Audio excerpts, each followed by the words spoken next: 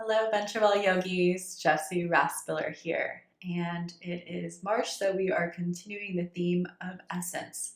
And today we're talking about blinders. The blinders that keep us from understanding or even seeing the truth of what lies within us. And today I was sending out an email to our Moab retreat attendees and just talking about some of the things on this retreat, coincidentally or not so much, also named Essence and what they can expect and things that they can do to prepare. And so, one of the things that we were talking about is the beginning to recognize the blinders that we put on. And blinders can be something that we don't even necessarily realize that we're doing that blocks us from understanding who we are. And so, take, for example, coming home from a long day at work.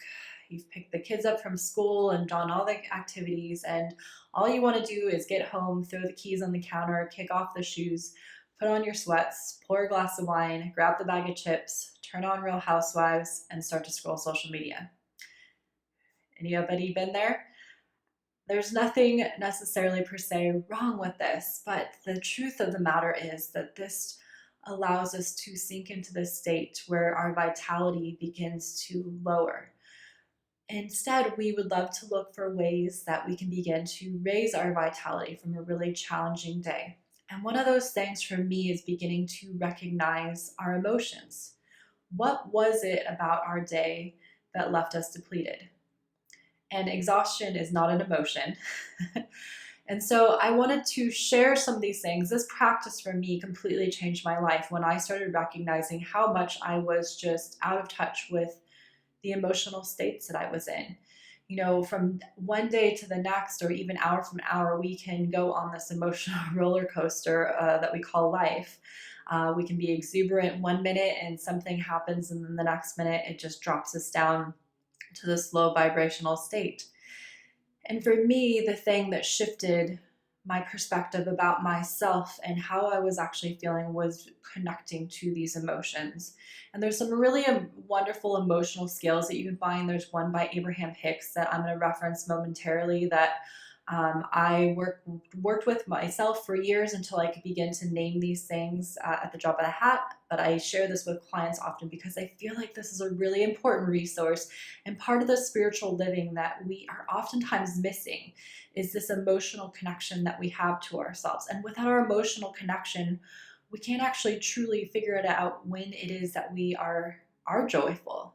You know, we may think that we are living these happy lives, and hopefully we are, but what if there's a higher state of joy that we can begin to bring in when we recognize that, you know what, this thing in my life isn't actually making me happy. It's something that I thought would make me happy, and I'm putting on the face that it's bringing me joy and happiness, but really it's just downright making me miserable and quite angry at the end of the day.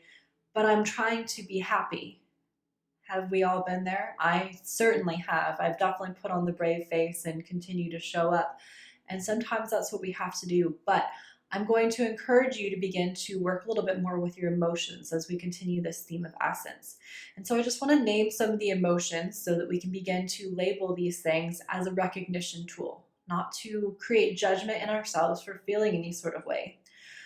But when we start at the bottom of the emotional scale, and I'm just looking at this on my computer, you can always email me and I can send you a link to the tool that I use. But again, you can just Google emotional scale. There's many on there. I prefer Abraham Hicks emotional scale, and this one came right up for me. So at the bottom of the scale, we find ourselves in fear, grief, depression, despair. You know, this is sort of that lowest low. Maybe something from us that was very important was taken from us on any sort of scale. We can find ourselves here from time to time. And then as we move up this scale, we get to insecurity, jealousy, hatred, and rage. And yes, you know what? We don't acknowledge these times that we are in hatred and rage because in this society, we sort of shun ourselves from feeling these types of emotions. But sometimes we just freaking have to have a little bit of emotion that is towards hatred or towards rage so that it gets out of us and we don't have to check that hatred or rage onto anybody else, but we can recognize it within ourselves so that we can exit it out of the body and not hold on to that anymore. We move on up, there's revenge, there's anger, discouragement, blame, worry, doubt, disappointment, overwhelmment, frustration, pessimism, boredom, contentment, and then we get a little bit more lighthearted as we go up, and we probably are a little more familiar with those emotions based on exuberance, joy, love. And so, what I would like to encourage you guys to do is at the end of the day, before you throw on those sweats and before you pour the glass of wine, to check in with yourself and how your emotional scale went throughout the day. Maybe just take a quick inventory while you're throwing dinner on the oven and start to think about, this morning that I was very frustrated at the way the situation was handled. Okay, we can acknowledge and we can recognize that there was some frustration there. Is there anything that you could have done differently, or can you just sit and breathe and have that recognition of that emotion in that moment? Going throughout the day, somebody did something really nice for me that brought me so much joy. Maybe I can return that favor and sort of pay that forward because that really felt good to me when somebody did that thing for me. And then maybe we move throughout our day and we are just sitting at our desk and we're scrolling social media. Guess what? We're probably bored, or we probably need to walk away from the screen for a little bit because we just don't have actually anything else to give in those moments. And what is the point of just sitting there if we have nothing to give?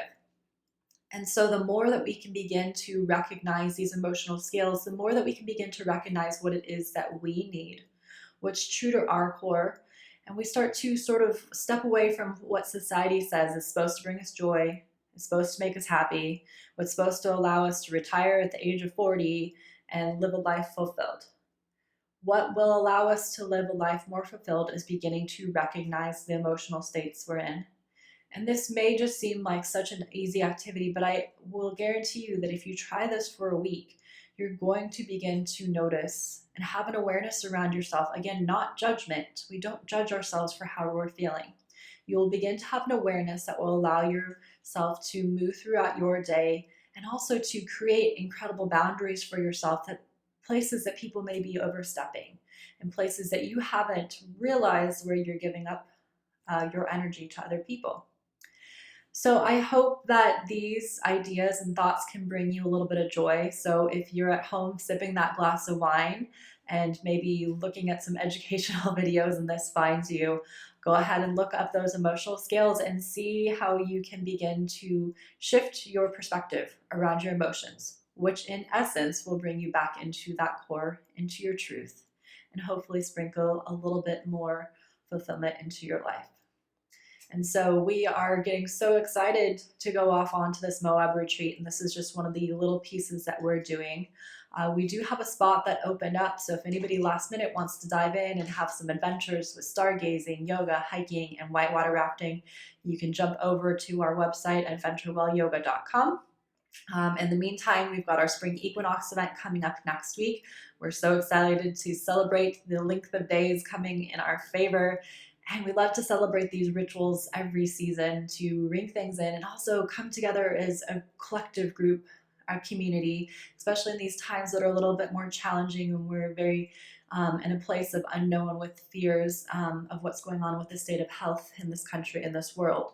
And so this is a beautiful opportunity if you're local here in Ventura to join us to celebrate all the things that we do, the beauty that's within, and to create a little space for planting seeds of intention for the spring months to come. So you can check that out again on Venture Well underneath our gatherings. And if you guys have any questions on this topic today, feel free to shoot me a DM at intothewild.yoga or over at our Venture Well yoga handle. And in the meantime, life's a beautiful journey. I hope that it's joy-filled, and I hope that you venture well.